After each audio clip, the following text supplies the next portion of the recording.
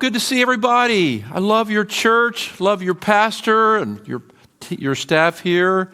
All this construction, it's going to be great. So just really excited to be here tonight. Love your property here. What a blessing this church has to have all this property around Ocean City. What a great thing. It's just incredible.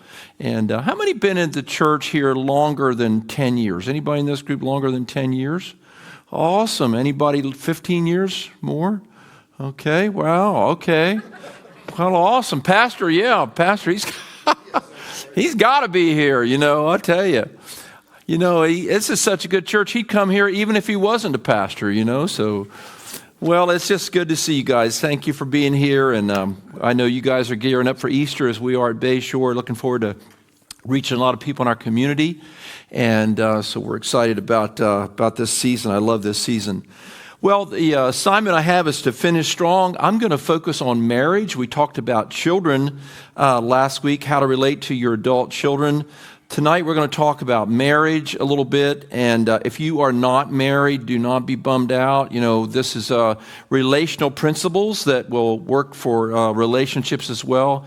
And then at the end, we'll sort of tie together how this makes us finish strong in our faith and how that's important. So we're going to talk a little bit about marriage. How many in this room are married? You're married, and okay, good. Look, just about everybody. So that's great. People, So I've been married 47 years. 47 years. I was married in 1977. So is that 47 years about that? We're about 3 years out from being married 50 years. I know you look at me and think, gosh, he's so young. He couldn't be married that long. But yeah, it is true. It is true. So we want to talk about marriage. And I'll give you some principles that I think will be helpful to you and things that my wife Karen and I try to live out. And so first point, we're going to go through different points that are important. First thing, great marriages require effort. Great marriages require effort. Say it with me. Great marriages require effort. I think one of the things that we think sometimes is that we're in love and we, you see it in Hollywood, people just fall in love and everything is so easy. That's really not reality. People have to work at their marriages. Marriages are not just magical and all of a sudden they're great. Marriage requires effort. We have to work at that. Marriage is not something that's just so simple. Many times when people start having trouble in their marriage, especially when you're newly married and you start having some adversity in your marriage, first thing that pops in your head is, I married the wrong person. That's what happens to people generally. And I think a lot of people, when they hit that first bit of turbulence, things aren't going so good, then they begin to think, oh my gosh, I made a big mistake. I married the wrong person. Not true. Not true. Just because you have turbulence or difficulty, adversity in your marriage does not mean that you are married to the wrong person. It just is telling you that you have to work at this most important relationship that you have in your life. In fact, God has designed marriage to transform us and change us. None of us change in isolation. These people that are, they're 35 and, they are sleeping with everybody and they're not getting married and they don't have a mortgage and they don't have any kids. I can tell you that's life is not a perpetual pizza party. You have to, at some point, when you get married, it really causes you to grow up. I was 19 years old when I got married. Karen was 20. And it was the thing in my life that made me to begin to grow. And God uses a relationship with someone that we are bound to in a covenant to transform us and change us. We never change in isolation. If you just live by yourself, and some people called to do that, no doubt. But generally speaking, if you just live by yourself, there's nothing there to make you change. But when you get married and you're in covenant with somebody, then you're put in a situation where you have to change. And we always say, well, you don't try to change your spouse. You can't change your spouse. And I would agree with that summation. But the truth is, there's no other thing that changes you more than marriage. marriage changes you. It helps you to grow up. It helps you to mature. It helps you to be less selfish. Because generally speaking, the fallen nature of man, we are selfish. And so when you get married, it's God's recipe to change you and to mature you. There's a great story in the Old Testament, 1 Samuel 17, the Valley of Elah, David fighting Goliath. You remember the story? Saul tried to put his armor on David. David said, I can't fight with these. They don't fit me. And David went down to a water brook, and he got 5 smooth stones. 5 smooth stones. The word in Hebrew is perfected stones. Now, when you think about those 5 stones that David picked out of the water brook to use to fight Goliath, why were they perfected and why were they smooth? They were smooth because they were put in a riverbed close to each other, and the water running over the rocks in the riverbed made them jostle against each other, and knocked off the rough edges, and they became perfected. Now, when you get married, God puts you together close to somebody. You wake up, there they are. You have dinner, there they are. You get up in the morning, there they are. They're always there. You're in close proximity to this person, and God uses, the Holy Spirit moves across this relationship that you've been given, and as your relationship you're compacted together, as the Holy Spirit moves in your family, moves in your life, moves in your marriage, you jostle against each other and you become perfected. You can take a rough stone and you can set it over by itself. It's going to stay the same.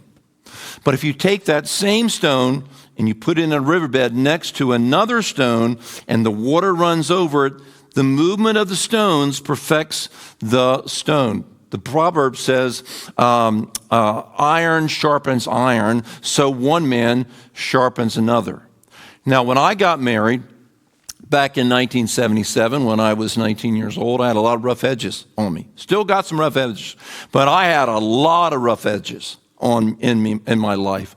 And what God did is He joined me to this beautiful girl that I fell in love with because she was absolutely stunning. She was absolutely beautiful. First thing I noticed about her was she was just gorgeous. That was it. It wasn't like the Lord led me to her. I just wow, that is a gorgeous woman. And so she was the homecoming attendant in high school. She was very popular. And, I just was enamored with her beauty.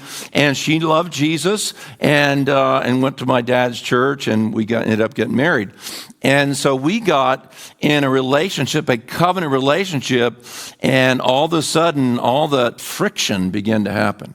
The first year of our marriage was not the worst year of our marriage. It was the worst year of our life. It was awful. I was praying for Jesus to come, for the Lord to take her, kill one of us, or for Jesus to come. I mean, it was not good.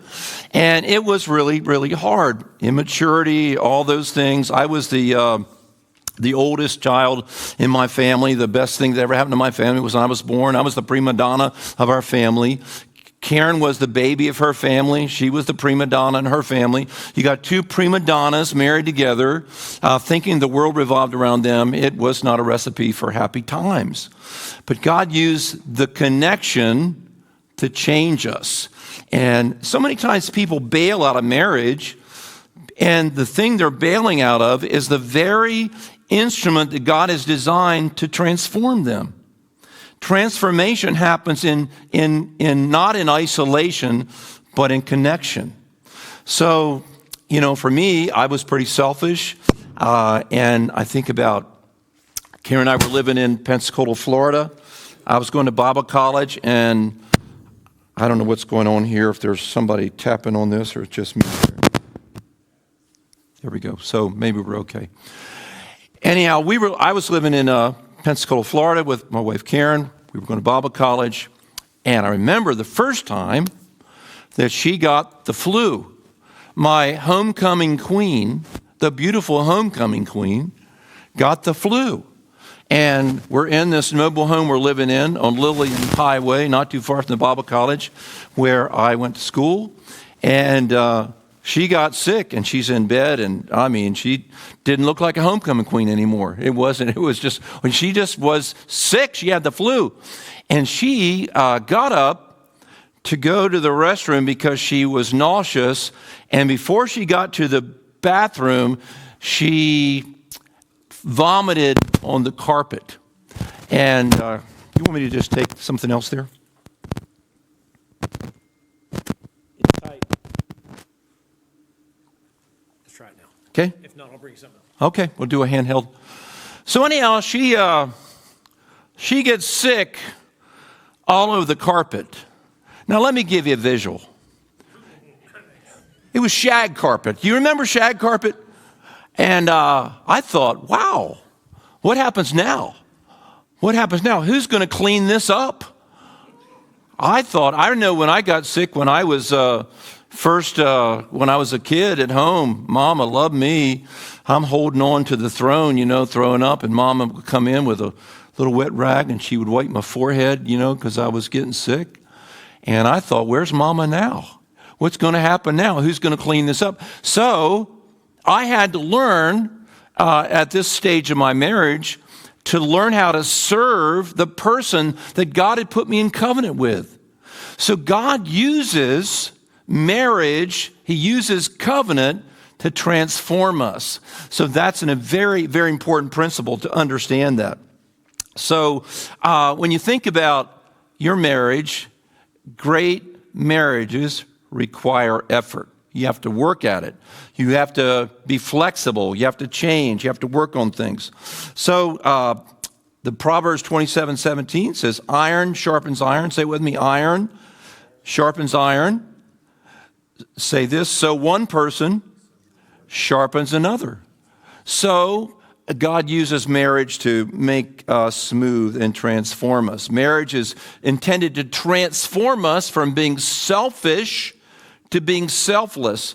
Philippians 2, verse 3 says, do nothing out of selfish ambition or vain conceit. Rather, in humility, value others above yourselves, not looking to your own interest, but each of you to the interest of others. So that's what marriage is all about, what it teaches us to work on. So let's talk a little bit about certain things that we need to work on in our marriage. Next thing is, marriage is designed to change us.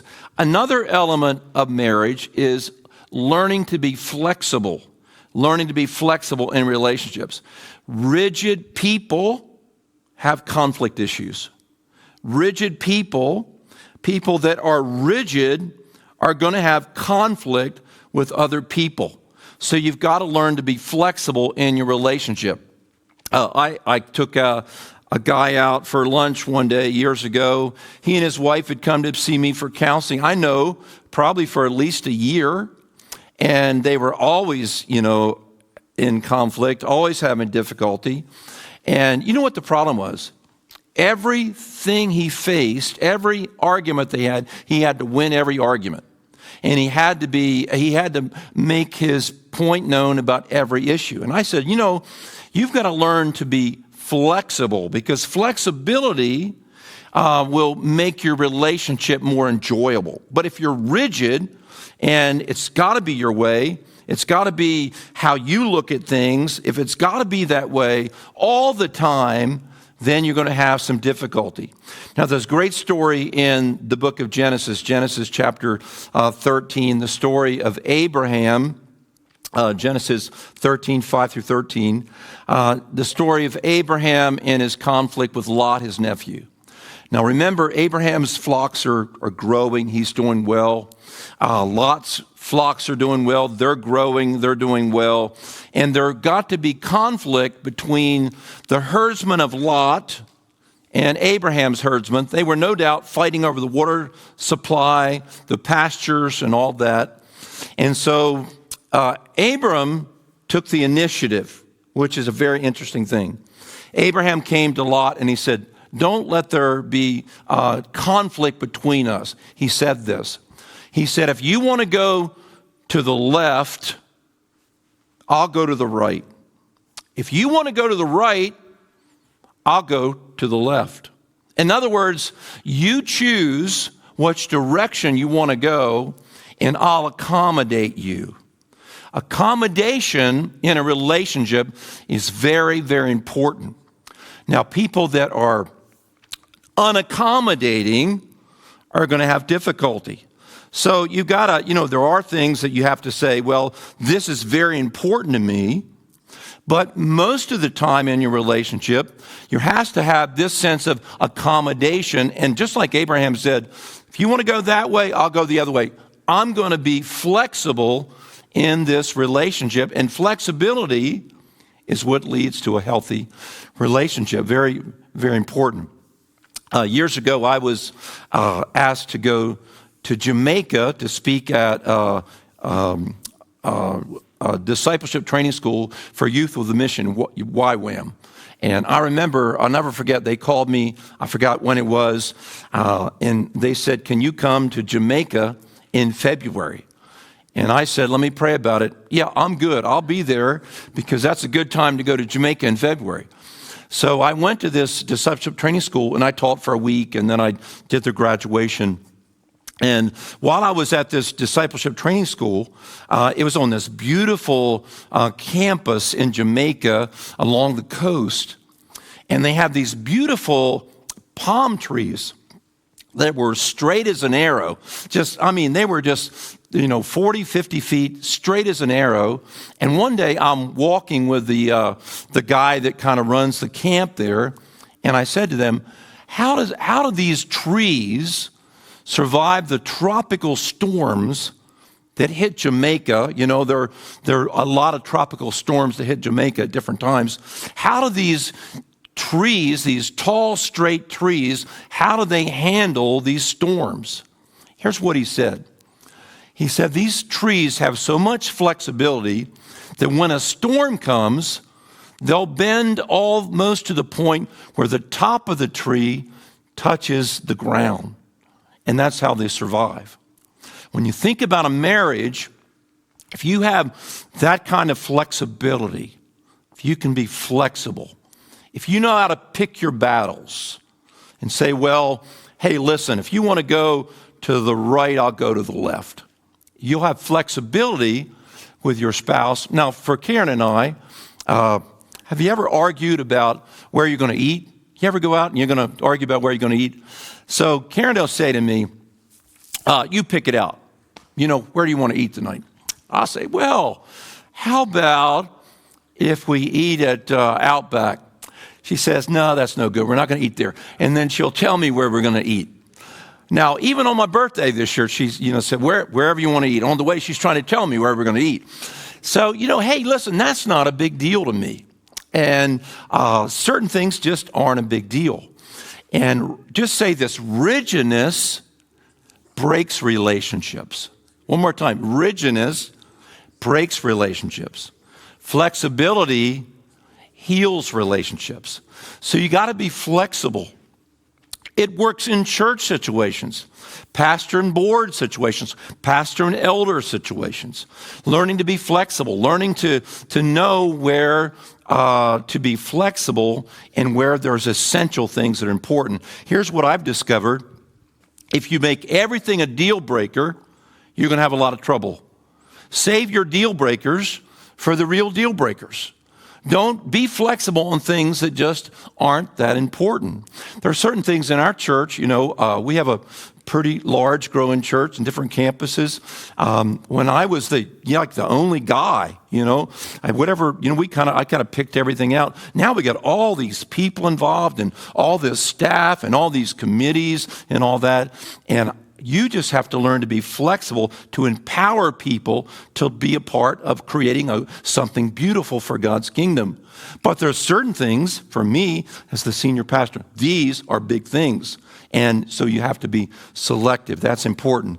So Abraham gives us the example of flexibility. So the next thing is, first thing is marriage requires effort. Great marriages require effort. Number two, you have to have flexibility to have a good marriage. The next thing is you have to be a good communicator. You have to be a good communicator in marriage. Now, before we get into that, let's talk a little bit about the personality types that we have. There's a lot of stuff out there about personality types. What kind of personality types do we have? Now, Karen and I are very different in personality. Our personalities are very different. Socrates says to know yourself. What kind of person are you? What kind of person is your spouse? How have you been wired and how have you been created? Now, first thing is there are extroverts, people that are extroverted. They live they like to live in the moment. They like to be around people. They're empowered by social interactions, that type of thing. People that are introverted, that are extroverted. And then you have introverts, people that are more shy. How many introverts do we have here? Well, you probably wouldn't raise your hand, So if you're an introvert, you're a little more private. And here's what I know. I'm a little bit of an introvert in my personality, my core personality. So that means that what charges me up is solitude. A cup of coffee and a good book and a couple hours by myself charges me up. My wife, Karen, is an extrovert, and what charges her up is a party. She likes to go to a party. We went to a party this last Saturday. A bunch of people. I didn't know 2/3 of the people there. We were there for 3 hours. And when we got done, Karen was just beaming with joy. She was just full of energy. I had to go get, a drink or something. I was needing a little bit of it just drained me a little bit. So you're either an extrovert. Extroverts here. We got a few extroverts. You got an extrovert. Then you have introverts, and then you have ambiverts. An ambivert is a person who has a personality that has a balance between being extroverted and introverted. So there are people that are like that. I'm a little bit probably more like an ambivert. When I'm in public and when I'm with people, I'm really extroverted, but other times I'm introverted.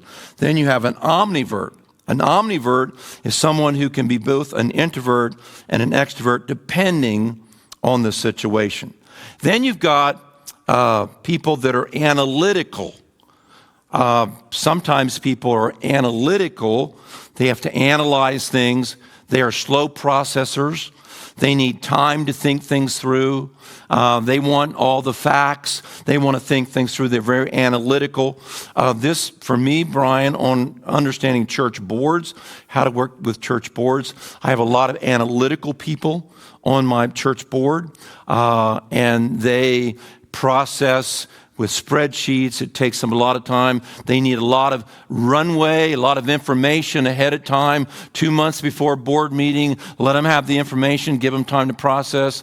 So you've got people like that are analytical. And then you have intuitive people that are intuitive. They go by what's in their gut. And I can tell you, in leadership, you need both analytical people that look at all the dots and they cross all the T's and dot all the I's and look at all the details, the minutia. And then you've got people that have a sense of in their gut that this is the right thing to do. So in my relationship with Karen, we have an analytical and intuitive relationship, kind of knowing how that works. I tend to be more intuitive sometimes. She seems to be more analytical. So you've got to work out some of those details. So know what your spouse is. And God didn't create you the same. You have extroverts, introverts, you got analytical, and you got intuitive. Here's what it says in Psalm 139, verse 13. For you, speaking of God, you created my inmost being. You knit me together in my mother's womb. You created my inmost being. You know what the word inmost being means in Hebrew? It means your kidneys.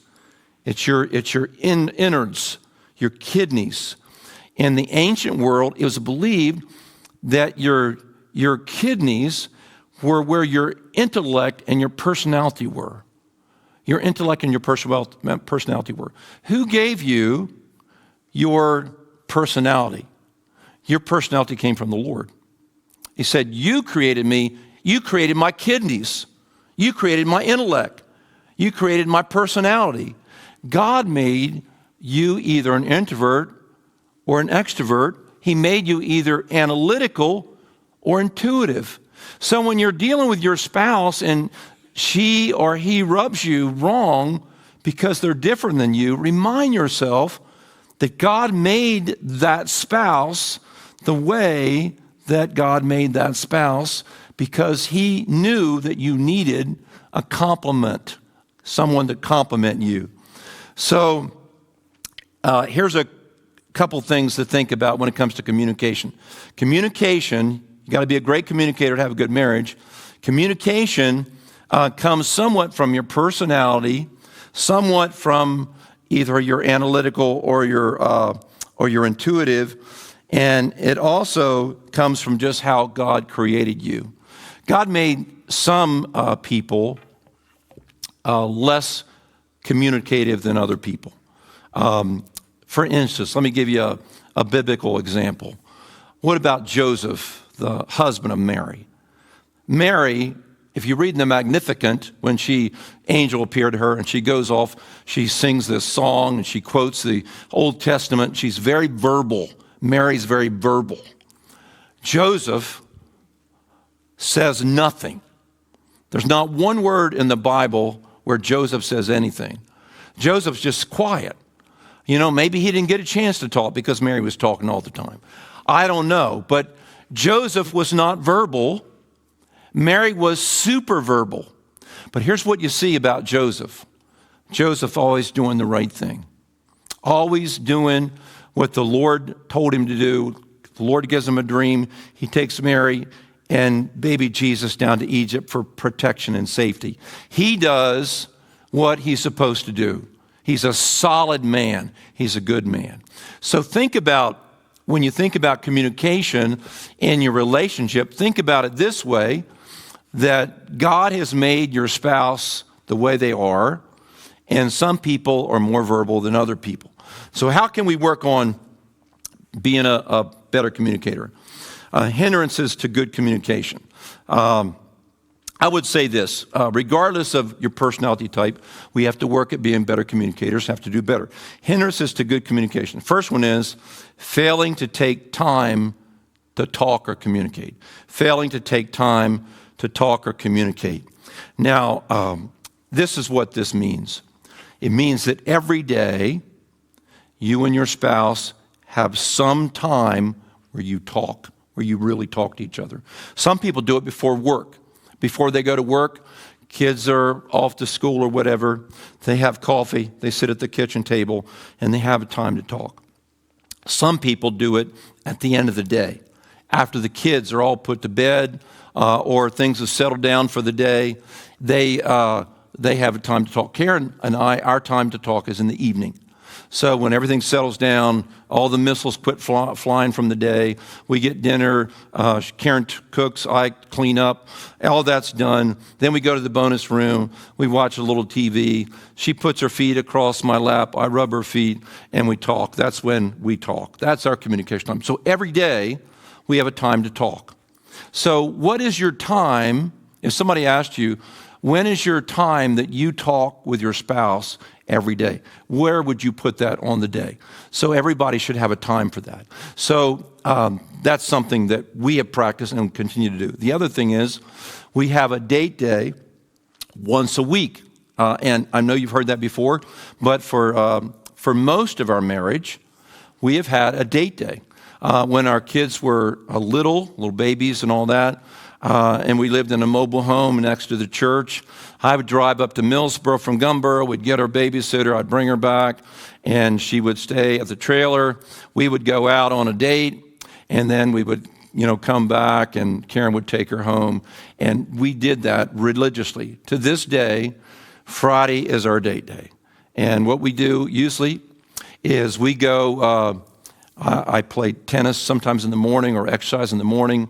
And then about 10:30, 11, we drive to Rehoboth, and we'll go to lunch somewhere. Karen will ask me where we're going to eat, and we'll go through that little thing. And we'll go have lunch, and then we usually drive to the beach and we go parking. We take a nap is what we do. We put the little chairs back. If you've never slept in a pickup truck, it's amazing. Just put it back there, roll the windows down, let the beach air come in. Then we'll walk on the beach, or we'll go to a movie and we'll talk about the movie. So we do that on a regular basis. So find a time daily, and then find that weekly rhythm where you have a date day, where you spend date evening or date day together. And so you've got to you can't do it this way. You can't say, well, I hope, we need to do it sometime. It has to be on your calendar, just like other things are on your calendar. You got a dentist appointment or you got a doctor's appointment. You put it on the calendar and it becomes non-negotiable. It becomes the thing you do that day. If somebody asks you to do something, no, you have something on the calendar already. That's important to do that, and we really guard that. Benjamin Franklin said, if you fail to plan, you are planning to fail. If you fail to plan, you're planning to fail. So make sure you have a plan about when you're going to communicate. And the other thing is, make sure that you are focused on the person, your spouse, when they communicate. The eyes of the Lord are on the righteous. It says in Psalm 34:15, the eyes of the Lord are on the righteous, and his ears are attentive to their cry. Here's what that means is, you turn off the smartphone. Turn off the smartphone, and you put it out of sight, and you talk to each other. I was at Dogfish the other day. Karen and I were having dinner or lunch on a Friday on our date day in Rehoboth, and there's a young guy there with his little girl. She's probably maybe 3.5, 4, cute little girl, pigtails, and he's sitting there, and she's got her little purple iPad up there, and this dad is sitting there on his smartphone the whole time, looking at his smartphone. And so we were waiting for our burgers to come, and I kept waiting. And I looked over there, and there he was the whole time. And through the whole lunch, he's on that smartphone. And when you go out on a date, you want to shut down that Facebook, and you want to shut down all that stuff. You want to put it on silent mode, and you want to put that away, and you want to look at each other and spend time with each other and all that, because there's nothing on that phone as important as that wonderful spouse that you made a covenant with to be married to. So give full attention to that. The other thing is about talking, spending time communicating. Take a time specifically each day, and then a time once a week for your date. And then the other thing is, and you've sure heard this before, talk about your feelings. Talk about your heart. Talk about what's in you. What's in you. Not like, remember that TV show years ago? It was called, Justified. Dragnet. Anybody remember Dragnet? Just the Facts, ma'am. Your relationship with your spouse cannot be just exchanging information, pass the butter, pass the salt. It's got to be about what's in here. What are you feeling about stuff? How do you feel about your job? How do you feel about how the grandkids are doing? How do you feel about where you are in life? How do you feel about those things? And so marriages have to go not simply mind to mind, but heart to heart. You got to talk heart to heart. There's got to be communication from your heart to her heart. There can't be any secrets in the relationship. The relationship has to be at this level. Your spouse knows what your greatest dreams are, what your greatest fears are, what your greatest regrets are, what your greatest stresses are, that your spouse knows the deep stuff of your life. And Karen and I have that kind of relationship, thankfully. There's not one thing about me, my fears, my dreams, things that I regret, things that I'm concerned about, things I'm worried about. There's not one secret in my life that she doesn't know about. Communication has to be at that level in marriage. Now, what's the illustration of this? Well, the illustration is the Garden of Eden. You got Adam and Eve in the Garden of Eden, and what we know about them is they are naked and they feel no shame. Now, what is that about? Is that about human sexuality? Of course. Of course you should be comfortable with your human sexuality. Should be comfortable with your body. The Bible teaches that. Church never talks about that. But you should be very comfortable with your body and all that. Should be comfortable with being completely naked in front of each other. But there's something deeper there. And what's deeper there is there's nothing hidden in the relationship. That there was nothing obscured, nothing blocked, nothing covered up. Everything was out in the open, and they knew each other intimately. So your relationship has to be heart to heart, has to be completely transparent, completely vulnerable. And so to have a good marriage, you have to have vulnerability. That's why, and this is a hard thing, that's why if there is any infidelity in a relationship, that can't stay covered up for the marriage to go forward. It's very difficult, but that has to be dealt with, and there has to be honesty in the relationship so the relationship can be completely transparent. So there can't be any secrets. So there has to be complete honesty and vulnerability. So what does that include? That includes what's going on in your thinking. That includes what you're anxious about. I don't know if anybody ever gets anxious in this church. I know it's a very spiritual church, but maybe you get anxious sometimes, or maybe there's things you're concerned about. And if you're worried about your grandkids, we don't, and I talked last week about not interfering in the relationship with your adult kids, but on a date, we talk about our adult kids all the time. We talk about them. Oh, I wonder if they're doing okay with this grandchild or that child. We talk about that. And so there's complete communication. So communication has to be completely there. Here's the principle. Sharing our innermost thoughts and feelings is essential for building a strong marriage. There's a good little book by Erma Bombeck. She was anybody here know who Erma Bombeck was? She was a great writer. She's gone now, humorist. She used to write a column in newspapers, and she wrote a book a number of years ago called A Marriage Made in Heaven or Too Tired for an Affair. That's the name of the book. Great little book. I read the book, and she talked about marriage in the book. And I don't know if Irma had faith. I don't know if she was a Christian. It was on the top New York selling list or whatever, top 10 New York sellers. So I read the book, and I remember this in the book. I remember that Irma was married to a guy named Bill. And Bill Bombeck, they were in the book. Irma and him were in their maybe late 30s, early 40s. And one of their friends that they had, parties with and all that Bill was very close to, and Irma was very close to his wife, that Bill's friend was going to have surgery at the hospital. And it was doing a routine thing. Wasn't supposed to be a big deal at all. And they had a little party before he had his surgery. And Bill's friend goes to have surgery, and something goes wrong in the operation, and he dies on the operating table as a late 30s, early 40s guy. And the news comes to the house, and Irma and Bill are there, and they're shocked about it. They're shocked to hear this horrible thing. And Bill walks down the hall after the other couple leaves. And he goes in the bedroom and he sits on the edge of the bed.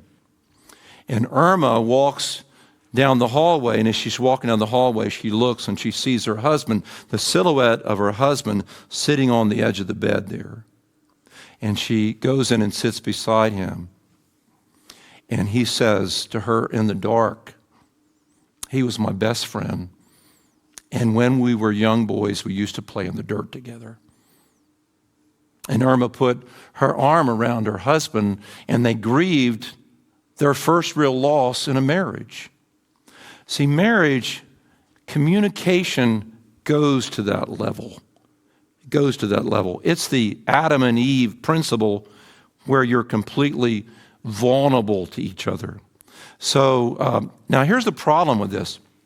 If you were raised in a home where there weren't very good communication models for you, you didn't see your mom and dad, or maybe your mom and dad weren't together, you didn't see that type of affection or that type of vulnerability. So you may have come into marriage not seeing that as what you're supposed to do.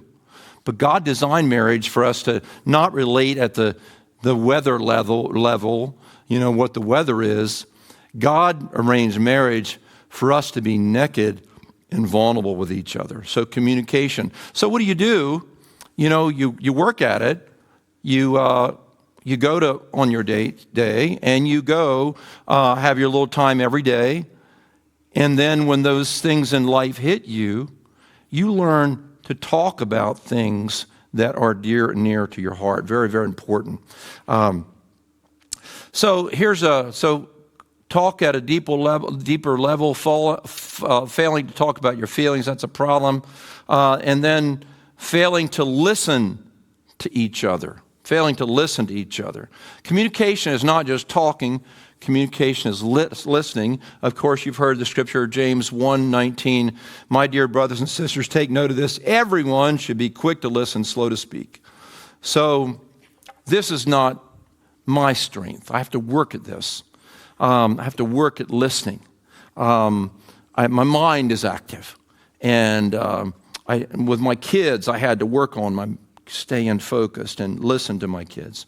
And with Karen, she needs me to listen to her, and she listens to me. The greatest insult you can ever give a person is not to hear what they say. So you want to listen, learn to listen. Maybe you've had that pop quiz. What did I just say? Wow. Then you either lie or you try to get back on track. So you got to listen. Listen is very important. So here's how it works for me. It begins with the eyes. You got to make sure you look at the person's face. Look at her eyes. Listen to what she's saying. Take everything in that she's saying. And then, of course, marriage seminars will teach you that you do a replay. Now, what you just said, I want to make sure I understand what you said, and you say that back. And that seems a little robotic to people, and they don't like to do that. But that's a good practice if you're not a good listener. And you just you want to be able to repeat back to the person what they say and reflect what they're saying. That's important. So here's how it works for me. Here's what I do and have really worked at. I used to play softball on the church softball team. Christian softball is an oxymoron, I said last week, I think. I don't know that there's real Christians in the Christian softball league. It's pretty little competitive, and that's great. I'm competitive and all that. But I used to play outfield. And so when I would play outfield, Christian softball leagues, sometimes they put me in right field. I was pretty good. They put me in center field, left field. I remember playing at Eagle's Nest one time. I was leaning against the snow fence, and the ball was going over the fence, and I caught the ball. Great memory for me. Every once in a while, I just bring that back to encourage my manhood. I caught that ball. And but here's what you do if you're playing outfield. And the slow pitch, the pitcher throws, and the batter hits the ball. You follow it out of the infield. You keep your eye on the ball as it leaves the infield. And it comes to the outfield. You watch the ascent of the ball, and you watch the ball the whole time, and you just get in position, and then you catch the ball. So communication, listening, is following the arch of the conversation. And you know when you've succeeded, when you've received the message, and your spouse knows that you've heard what they've said. So an important principle, learning to listen. So when someone listens, we feel understood, we feel valued, we feel supported, we feel loved. Bad habits of listening is disengaging, you're not getting distracted, going off on a tangent, trying to hijack their story. If they're telling you something, don't up the story. Don't try to tell a better story than they do. Don't be careful to not, maybe it's not about advice what your spouse is wanting when they are sharing, their heart. men, many times we bring our toolbox to a conversation. And we open the toolbox and we try to fix the situation and try to remedy what's going on, when in reality, what really needs to happen is they feel that you received what they've said, like catching the softball. You received it, and that they feel listened to. Stephen Covey, his thing, seek first to understand before seeking to be understood. So beware of giving advice. Beware of minimizing. That means that if they're telling you something they're really worried about, don't minimize it. Say, oh, it's not that bad. You shouldn't worry about that. It's going to be fine. That's minimizing what the person's trying to say, and you're not letting them fully express what they need to say for the relief that they need. And so you want to be careful not to minimize or to be dismissive. The other thing is, don't talk over them. Don't talk over them. Don't finish their sentences. Let them complete their sentences and let them get their thoughts out fully. So here's what Gerard Hughes says about listening. Gerard Hughes says, the gift of being a good listener, a gift which requires constant practice, is perhaps the most healing gift anyone could possess. It doesn't judge or advise the other, but communicates support at a level deeper than words. So listening is a very healing part of your relationship with your spouse, really listening to them and dealing with that. The next thing, before we take a little break here and do a little conversation, the next thing is learn to deal with conflict effectively. Learning to deal with conflict effectively. Conflict in marriage is normal. It's normal. Conflict is normal. Law of physics, where there's friction, there's movement. I had a couple in my church years ago that said they never argued. And they were the most boring couple I've ever met in my life. They were just boring. Arguing and conflict is inevitable. You're going to have some arguments. You're going to have some disagreements. It's not the end of the world. Ruth Bell Graham says, a happy marriage is the union of two good forgivers. Happy marriage is the union of two good forgivers. So conflict is inevitable in your relationship. So when you have conflict, you've got to manage your anger. Anger can be very destructive. Anger is not a sin. The Bible says, be angry and sin not. Anger is emotion that God gave us that happens in human relationships. So anger is expressed in two different ways in marriage. The first way, there's two animals that illustrate anger in a marriage. First one is the rhinoceros. The rhinoceros is, what a rhinoceros is. A rhinoceros is very aggressive. It chases, it pursues, it's confrontational, it goes after the situation. Some people are rhinoceroses. They are, I was listening to this guy one time, he was on a safari, and he said they pulled their little truck up to a tree. There was a rhino under the tree, and before they could, get it in gear, the rhino started chasing them down the road, and then they ran out of gas. And they're sitting there as rhinoceroses. They're just all around their safari truck there. So some people are like rhinoceroses. I think Paul was a rhinoceros. He confronted things head on. He was very, very much like that.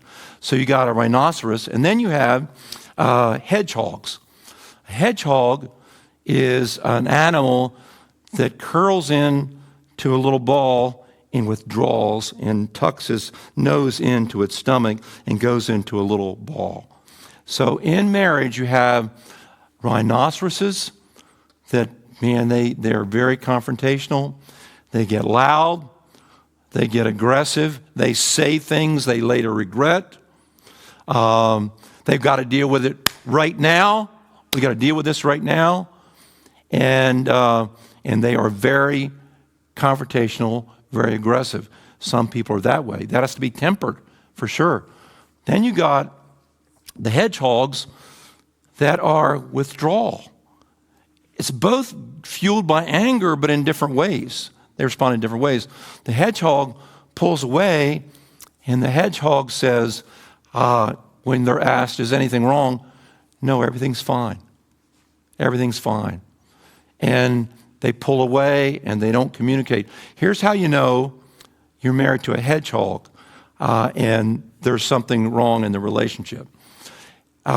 Usually, people that are hedgehogs are very physical in their affection. They like to touch the shoulder of their spouse or whatever. And when there's conflict and anger, they withhold physical affection. They may not throw anything, but they don't put their arm out. They don't touch their hand. There's a withdrawal from physical affection, and they're sending a message that something's wrong in the relationship. So that's an interesting thing. Some of you here tonight, you're rhinoceroses in the relationships. Some of you are hedgehogs and you pull away. So you got to learn to understand each other.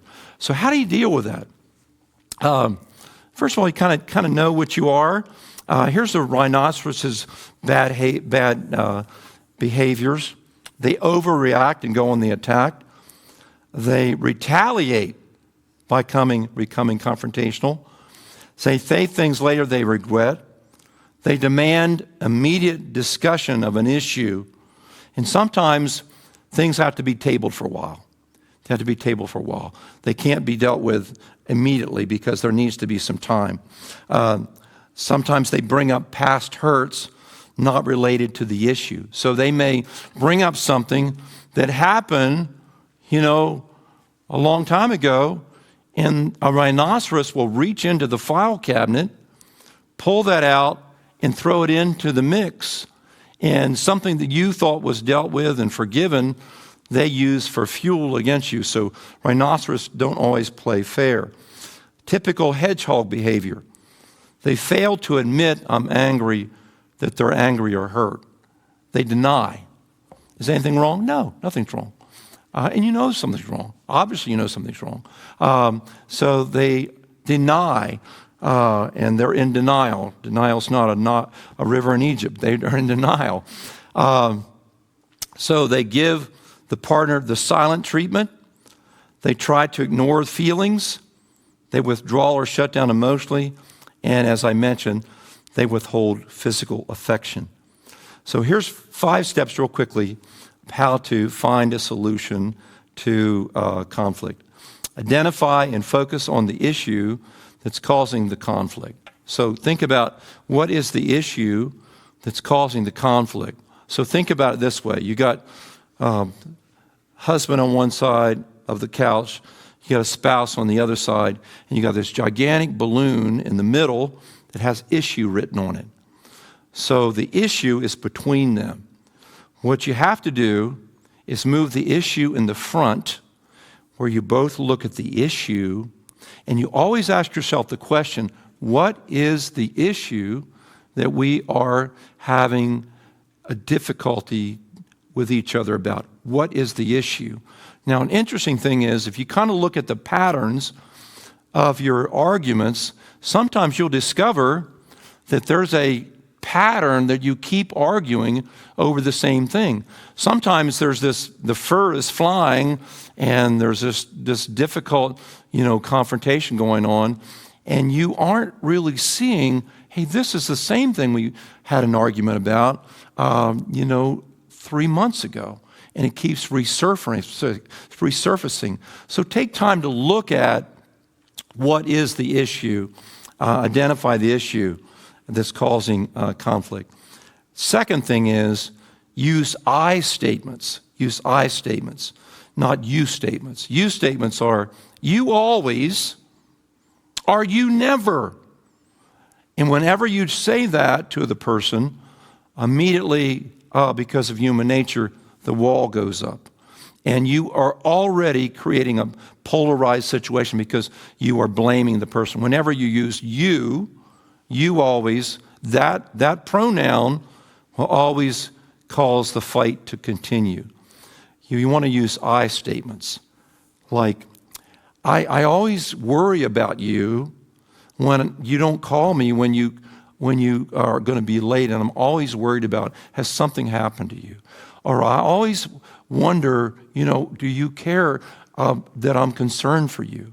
You use I statements, not you statements. You has blame on it. I is, I want you to understand why this is important to me. So use I statements instead of you statements. Number 3, listen to each other. Try to understand the value of each other's perspective. Take time to listen to each other. Then 4, brainstorm possible solutions. Talk about different possibilities. Maybe just kind of brainstorm, how can we solve this issue that we're dealing with? So, things can come up in a relationship. Like quite a while back, we had this issue about who was going to clean up at night after the dinner was over with. And when was that going to get done?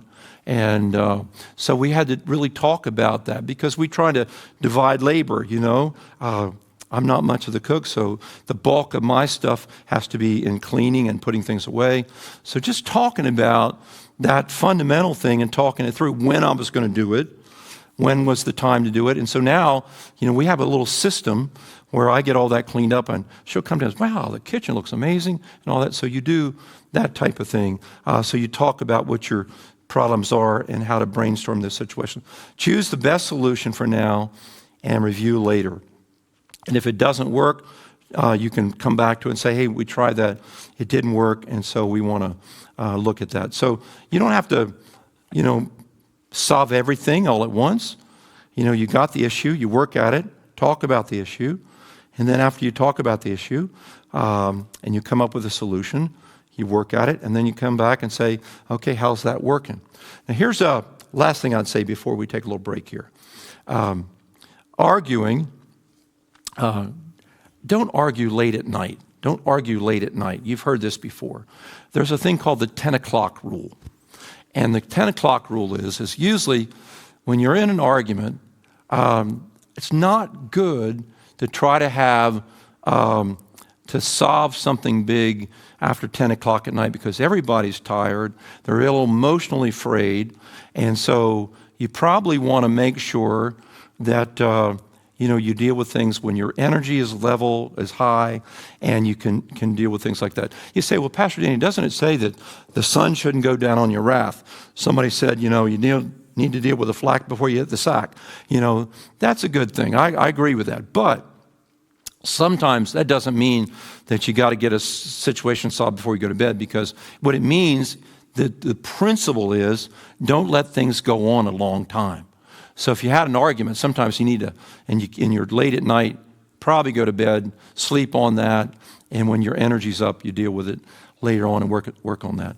And the other thing is, sometimes you need to have what is called a pause button in the relationship, where you're having an argument and things don't seem to be going good. Somebody can do an audible and say, let's put this on pause. Let's pause this, and let's take some time to think about this, and let's come back to this later. Especially if you're in a situation that doesn't seem to be changing, and sometimes you can hit the pause button. Late at night, 10 o'clock rule, you can call the 10 o'clock rule. It's the 10 o'clock rule. Let's table this for right now, and let's work on this